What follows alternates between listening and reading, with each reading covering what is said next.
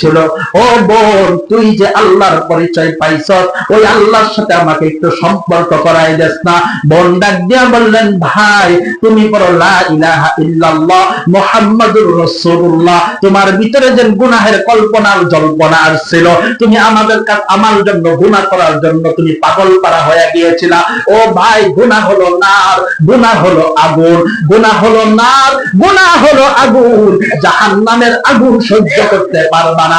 এই জন্যই নবীজি বলছেন, উম্মত শাবান মাস আসার আগেই তোমরা গুনাহ থেকে পবিত্র হয়ে যাও। শাবান মাসে তোমরা গুনাহ থেকে পবিত্র হয়ে যাও। তোমরা শাবান মাসে গুনাহ থেকে পবিত্র হয়ে যাও। যে যে গুনাহ করো পৃথিবীর কেউ জানে না, একজন জানেন, তিনি কে? তুমি যে গুনাহ করো কেউ জানে না, আল্লাহ তো জানেন।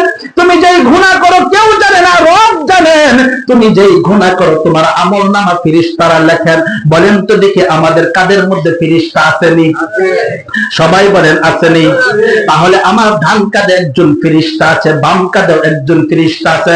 দুনিয়ার সিসি ক্যামেরা যদি মানুষের অপকর্ম ধরতে পারে, দুনিয়ার ভিডিও যদি বছরকে বছর ধারণ করতে পারে, বলেন যেই আল্লাহ সিসি ক্যামেরা ফিট করছে, যেই আল্লাহ কিরামান কাতিবিন ফেরেশতা ফিট করছে, তুমি যেন বাপ গুনাহ করো ওটাও আমার আল্লাহ দেখেন, ফেরেশতা লেখেন। তুমি যেন গুনাহ করো জমিন দেখেন, ফেরেশতা লেখেন। তুমি যেন গুনাহ করো আসমান দেখেন, ফেরেশতা লেখেন। তুমি যেন গুনাহ করো তোমার অঙ্গ প্রত্যঙ্গ ওই সাক্ষী হয়ে যাবে, ফেরেশতা লিখবেন। কথা বলেন ঠিক কিনা? যে আল্লাহ তোমাকে হায়াত দান করলো, যে আল্লাহ তোমাকে রিজিক দান করলো, যে আল্লাহ তোমাকে যৌবন শক্তি দান করলো, ওই আল্লাহকে সিজদা করলা না, ওই সময়টা গুনাহের কাজে লাগাই দিলা। অথচ তোমার আমার আমল আমার আপনার নবী দেখবে। ওই নবী দেখার পর আফসোস করবে, উম্মত তোর জন্য আমি কত কষ্ট স্বীকার করলাম, তোর জন্য কত ত্যাগ স্বীকার করলাম, তোর জন্য বাপদাদার দেশকে ত্যাগ করে মদিনায় চলে গেলাম।